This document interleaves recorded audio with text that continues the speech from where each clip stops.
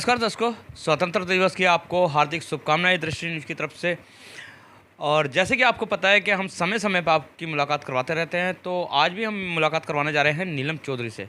और नीलम चौधरी जी के बारे में अगर जो कहा जाए, जो एक शेर है वो बिल्कुल सटीक बैठता है कि निकले थे जानवे मंजिल अकेले, मगर चलते गए और कारवां बनता गया। तो नीलम चौधरी जी अकेली निकली थी समाज सेवा के क्षेत्र में, लेकिन आज बहुत बड़ा कारवां और बहुत बड़ा परिवार इनके साथ है। तो सेवा के क्षेत्र में क्यों नीलम चौधरी जी आई, किस कारण से आई, तो आइए जानते हैं इन्हीं की जुबानी। नमस्कार नीलम जी। नमस्कार जी। नीलम जी, सबसे पहले तो आपको स्वतंत्रता दिवस की बहुत बहुत शुभकामनाएं। और आप एक समाज सेविक हैं जो कि सोशल मीडिया में बहुत कम दिखती हैं, लेकिन वास्तविकता में बहुत ज़्यादा दिखती है। क्या कहानी है इसके पीछे? धन्यवाद आपका। पहले तो अपने समस्त देशवासियों को आज 15 अगस्त की और आने वाले हमारे जन्माष्टमी की, रक्षाबंधन की हार्दिक शुभकामनाएं, बहुत बहुत बधाई। सभी का जीवन मंगलमय हो, सभी के जीवन में खुशियां हों। अब रहा आपका सवाल कि मैं सोशल मीडिया पे बहुत कम दिखती हूँ। तो सोशल मीडिया पे कम दिखती हूँ, लेकिन मैं ज़्यादा अपने रखती हूँ रुचि अपने सामाजिक कार्यों में, क्योंकि सोशल मीडिया पे भी तभी दिखना चाहिए जब हम कुछ कर रहे हों। और सोशल मीडिया में दिखने से पहले इंसान को अपने सामाजिक कार्य करने चाहिए, जो भी वो कार्य कर रहा हो, क्योंकि दिखावा तो अच्छा नहीं होता। पर मैं काम करने के बाद दिखाती हूँ कि मैंने ये सामाजिक कार्य किए। नीलम जी, जहाँ तक बात करी जाए सामाजिक कार्य करने की, तो कहीं ना कहीं से प्रेरणा मिलती है। तो आपकी प्रेरणा स्रोत कौन है? देखिए, काफ़ी साल हो चुके हैं मुझे, करीब 10-15 साल से भी ज़्यादा समय हो गया है। तब से मैं समाज सेवा के काम कर रही हूँ। और मैंने देखा था अपने पेरेंट्स को, मेरे मम्मी पापा को देखा था। अभी तो वो इस समय नहीं है, लेकिन मैंने देखा था कि कभी ऐसा मौका आया कि अगर किसी को मदद की ज़रूरत पड़ी तो उन्होंने उनकी मदद की। कोई ऐसा बंदा कभी आ गया तो घर से वो भूखा नहीं गया। तो ये प्रेरणा मुझे अपने घर वालों से ही मिली है।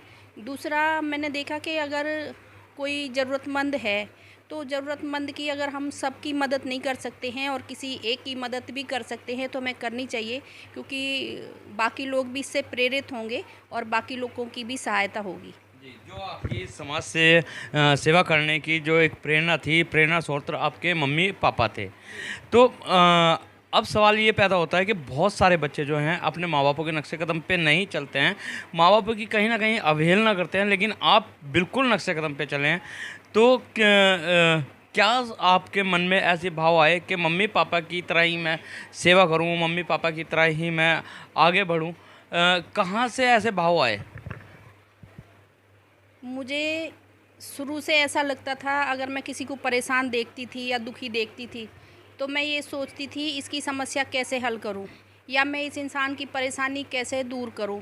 तो यही भावनाएं मेरे अंदर रहती थी। तो किसी को भी परेशान देखा तो मैं उसकी मदद करती रहती थी, और धीरे धीरे मदद करते करते आज मैं यहाँ तक पहुँची हूँ कि मैं जहाँ तक भी मेरी सामर्थ्य होती है मैं सबकी मदद करती हूँ। और जैसे कि आपने कहा कि आजकल के बच्चे अपने माँ बापों के या पेरेंट्स के पद चिन्हों पे नहीं चलते हैं या नहीं उनसे सीख रहे हैं, लेकिन मैं कहना चाहूँगी मेरे साथ मेरे बच्चों को तो सबने देखा ही होगा कि जब भी हम कभी समाज सेवा के कार्य करते हैं तो मेरी बेटी हो या मेरा बेटा हो, मेरे बच्चे मेरे साथ होते हैं, क्योंकि मैं उन्हें ये शिक्षा दे रही हूँ कि उन्हें भी आगे चल के ये काम करने हैं। या जहाँ कहीं भी हों और किसी को ज़रूरत हो, मदद की ज़रूरत हो, तो बच्चे भी ये चीज़ सीखें, उन्हें भी ये चीज़ की प्रेरणा मिल रही है कि अगर मेरी मम्मी इतने अच्छे काम कर रही है, लोगों की सेवाएं कर रही है, तो हमें उनकी दुआएं भी मिल रही हैं। तो बच्चे भी कहीं ना कहीं से देख के आगे बढ़ रहे हैं। तो बच्चों को अपने पेरेंट्स से संस्कार अच्छे लेने चाहिए, और अच्छे पेरेंट्स संस्कार अच्छे देते भी हैं। तो मेरा कहना है कि आगे जो बच्चे ऐसे हैं जिनके पेरेंट्स समाज सेवा कर रहे हैं, अच्छे कार्य कर रहे हैं, तो उन बच्चों को भी करना चाहिए। नीलम जी, यहाँ पे एक सवाल और हुआ है कि समाज सेवा कई रूप में की जाती है, और आपको लगभग 12 से 13 साल हो गए समाज सेवा करते हुए, जैसे कि आपने बताया है अभी। किस तरीके से समाज सेवा आप करते हैं और किस कठिनाइयों का आपको सामना करना पड़ता है? समाज सेवा का कोई एक रूप नहीं है हमारा, क्योंकि हमारी समाज सेवा कुष्ठ आश्रम में भी होती है, हमारी समाज सेवा अनाथ आश्रम में भी होती है। जो गरीब बच्चे हैं, जो लोग फ़ीस नहीं भर सकते हैं, हम उन लोगों के लिए भी सहायता करते हैं। या जो गरीब लड़कियां हैं जिन्हें शादी में ज़रूरत होती है हेल्प की, हम उनकी भी करते हैं। और जितने भी हमारे त्योहार होते हैं पूरे साल के, जैसे फल वितरण का काम हो गया, या कुष्ठ आश्रम में कपड़े वितरण का हो गया, या जो भी हम उनकी मदद करते हैं वो हो गया, पूरे साल के हमारे त्योहारों का हो गया, भंडारे हो गए। तो अनेक रूप हमारे हैं समाज सेवा के, और जैसे जैसे किसी को ज़रूरत पड़ती है हम उस प्रकार से उसकी सेवाएं जो करते रहते हैं। कोई निर्धन है, गरीब है, या कोई दुखी है, या किसी की अपनी ऐसी समस्या है जो वो घरेलू भी है जो हल नहीं कर सकती हैं, या लड़कियां परेशान हैं, किसी के साथ उत्पीड़न हो रहा है, या तो इस तरह की जो हमारे सामने आती हैं चीज़ें, तो वो सेवाएं भी हमारी चलती हैं। तो ये अकेले ही चलती है, ये किसी संगठन के माध्यम से या किसी एनजीओ के माध्यम से चलती है?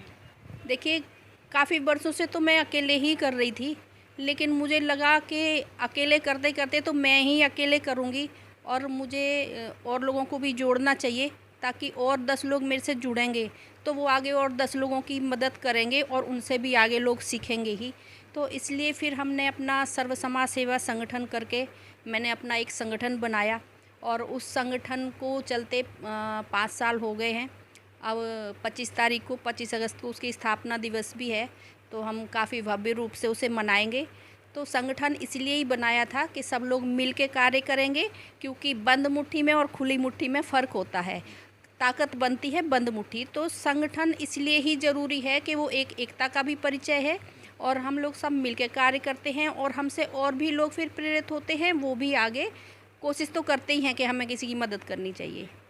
अभी आपने बताया कि सर्व समाज संगठन आपने बनाया है, अकेली आप चली थी, लेकिन आज के टाइम पे कितने सदस्य के मेंबर हैं आपके संगठन? वो कहते हैं ना, चले तो अकेले ही थे लेकिन फिर पीछे कारवां बन गया। तो वही काम मेरा भी है। हमारे सर्व समाज सेवा संगठन में कहने को तो बहुत सदस्य जुड़े हुए हैं, लेकिन जो साथ जुड़े हुए हैं, जो साथ चलते हैं, वो 20-25 संख्या में हैं। ये अलग बात है कि कभी कोई टाइम पे होता या नहीं होता, लेकिन किसी को ये नहीं सोचना चाहिए कि हम अकेले हैं तो हम कोई कार्य नहीं कर सकते। बहुत से लोग ऐसे हैं जो समाज सेवा कर रहे हैं, जो अभी दुनिया के सामने नहीं हैं, या वो कहीं दिखाई नहीं दे रहे हैं, तो उनके अंदर इतना हौसला है कि वो कारवा बना सकते हैं। तो अकेले कोई भी हो, अकेले तो उसे ये नहीं सोचना चाहिए कि हम अकेले कुछ नहीं कर सकते। अगर हौसला हो तो अकेले हम बहुत कुछ कर सकते हैं।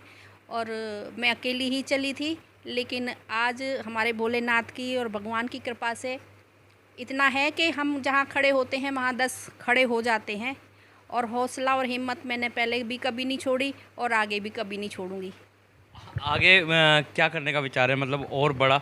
क्योंकि अगर जो बात करी जाए हरिद्वार ज़िले की, तो एक नामचीन चेहरा बन चुके हैं समाज सेवा के क्षेत्र में, लेकिन सोशल मीडिया में कम रहते हो, तो नामचीन चेहरा बन गए हो, और आगे क्या आपके प्लानिंग है, किस तरीके से और समाज सेवा को आगे बढ़ाएंगे आप?